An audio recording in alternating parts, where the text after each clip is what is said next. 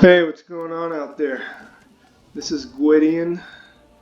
I wanted to talk about one of my favorite aspects of BDO and one that I've taken pretty much full advantage of here in the past, I don't know, several months I suppose, is crate trading.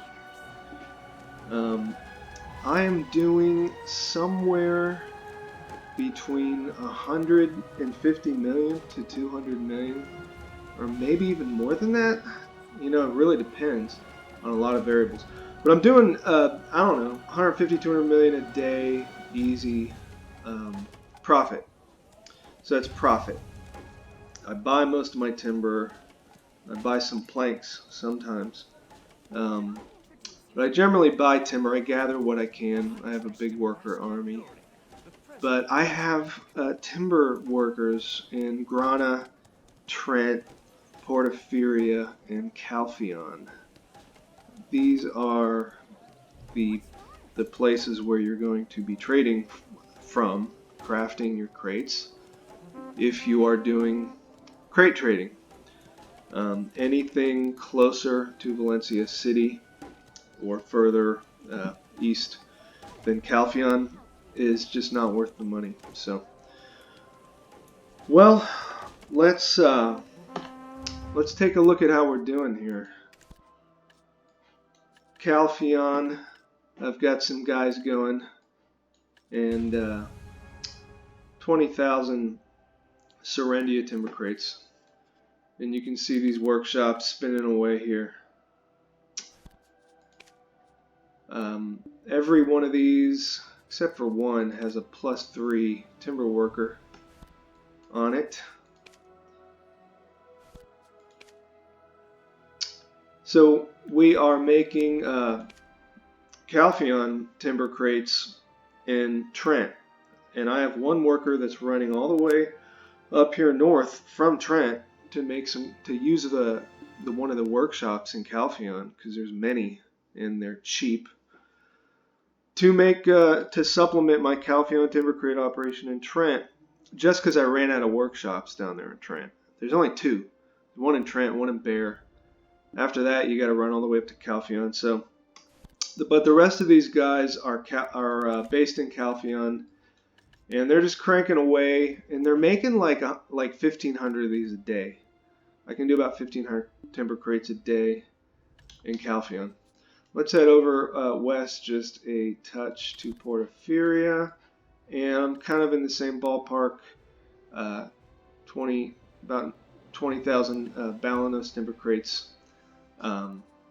Cranking away here. I got one +3 timber worker here, and the other guy is just a regular artisan worker. Down here in Trent I have 3, so why is this not going here? Let's see here. We got materials, we should be working there. Let me see, maybe a repeat all. Maybe I didn't feed somebody in time.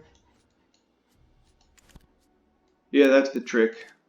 So we got our friend here making 4 crates in 10 minutes. And another friend in Bear, and then, as I said, one guy before. So you know, you'll notice, and then of course we have Grana, the king of the end all be all of places to make nice expensive crates, because you get the farthest distance bonus. I think it's about 110 or 115% distance bonus. And we're making Calpheon timber crates. So my operational setup here is Calpheon timber crates in Grana, Trent, and then pretty much either Balanos or Serendia timber crates in Calpheon and Epheria. So that's ordered from the most valuable to the least valuable to take advantage of that distance bonus. Whew. Well, I don't know. Let's look at Calpheon for a minute. Let's take a look at these workers. Look at this guy. +3 timber packing, baby. That is what you want. It took me forever to get these workers. I played this game for like a year, rolling workers, rolling skills, and all of a sudden I got timber workers. Like I got like 6 of them in 2 weeks or something. It was ridiculous, but that's the nature of RNG, right? So we got 1 there. So here's one of the professional versions, and they can make 2. 2 is not bad. I mean, and in Calpheon, workshops are plentiful, and so a lot of them only cost 1 CP. Some of them cost 2 CP. You can be rocking a lot of workshops in Calpheon. And here's the other +3 guy here, and I really like my giant. He works all night, and he's almost as fast as the goblins. So if you had to pick, you would want artisans. And look, he's only level 19. You would want artisans doing your timber crate packing. Now I have an ore packer. Here he is. No, not him. But I have a couple guys that have +3 ore packing skill. But you know, here's one. But I've just got him gathering because +3 ore packing, it takes too long to process the ore. It just takes significantly longer than it does to process timber into planks. So if you're going for the money and you want to do this on a large scale, you're going to be better off with timber. Now, processing, there's the rub. You've got to do a lot of processing. I process 25 hours a week, or something like that. So most people are simply not going to really be down for that, or whatever. I mean, so processing now with the Life Skill Mastery update that happened several months ago, processing now is a semi-AFK activity, just like cooking. It used to be an overnight activity, like fishing or horse training, but now it's a semi-AFK activity. So you set your guy up and you're processing, or mass processing, from anywhere from like 15 minutes to 30, 40 minutes, and then you gotta empty out your inventory and start again. So if you can do that, you know, while you're doing something else, and do that for several hours a day, and you know you can only do it for a couple hours a day, if that's all you want, then you're gonna be able to make a significant amount of plywood. And start packing those into crates. And the thing I love about that is you're making money just sitting there. I mean, you can be grinding or whatever, and like I said, I'm making about 200 mil a day because I produce about 2,500 crates a day with my what is it, 1, 2, 3, 4, 5, 8 +3 timber workers. Now, if you're going to be doing this, you got to have some good processing gear. This is, you know, about a, I don't know, $6 billion setup. And I think of these just as like you're renting these, because you can always sell them on the marketplace, and then you take the taxes, but it's not that bad. So let's look at the Life Skill Mastery skills. And as you can see, so I'm about to be Guru 18, and I'm looking at a 1261 chopping skill, and I'm able to process these planks in like 330 plank chunks or something around there. So you know, I can do enough of this to keep all of those timber workers busy. Now, of course I buy my timber. I couldn't possibly gather all this timber. So I'm always on the marketplace looking for timber, and I gotta always be stocked up on, you know, your birch and your cedar and your fir for your Calpheons. And then it's maple and either ash or pine for your Serendias and your Balanoses.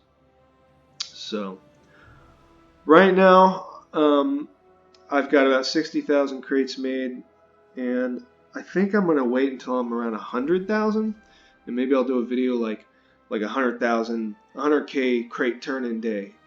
Kind of has a ring to it, and then I will buff my life skill experience up to somewhere in the order of I don't know, 200 and something %, especially with the help of this little bad boy right here, the birthday cake furniture buff.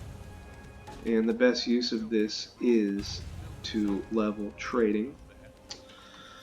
You know, and I'm trading 13, and I got that way building junk crates exactly like these. And if you're going to build junk crates, build silk honeygrass crates with a herb guy, because they're actually lighter.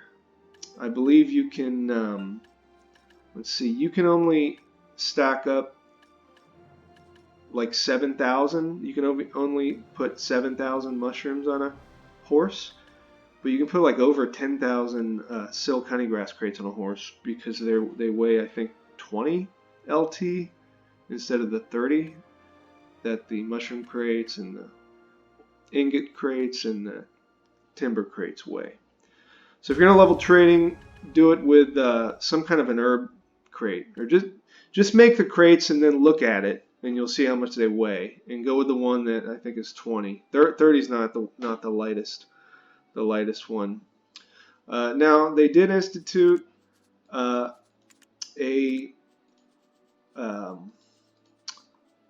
trade wagon, so you can move crates on the trade wagon all the way to Valencia City, and that's awesome for certain purposes.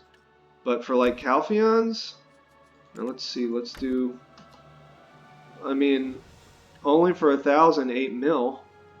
Now, don't get me wrong, I'm still making a lot of money, but I think I'd rather just trot a horse over to Valencia City.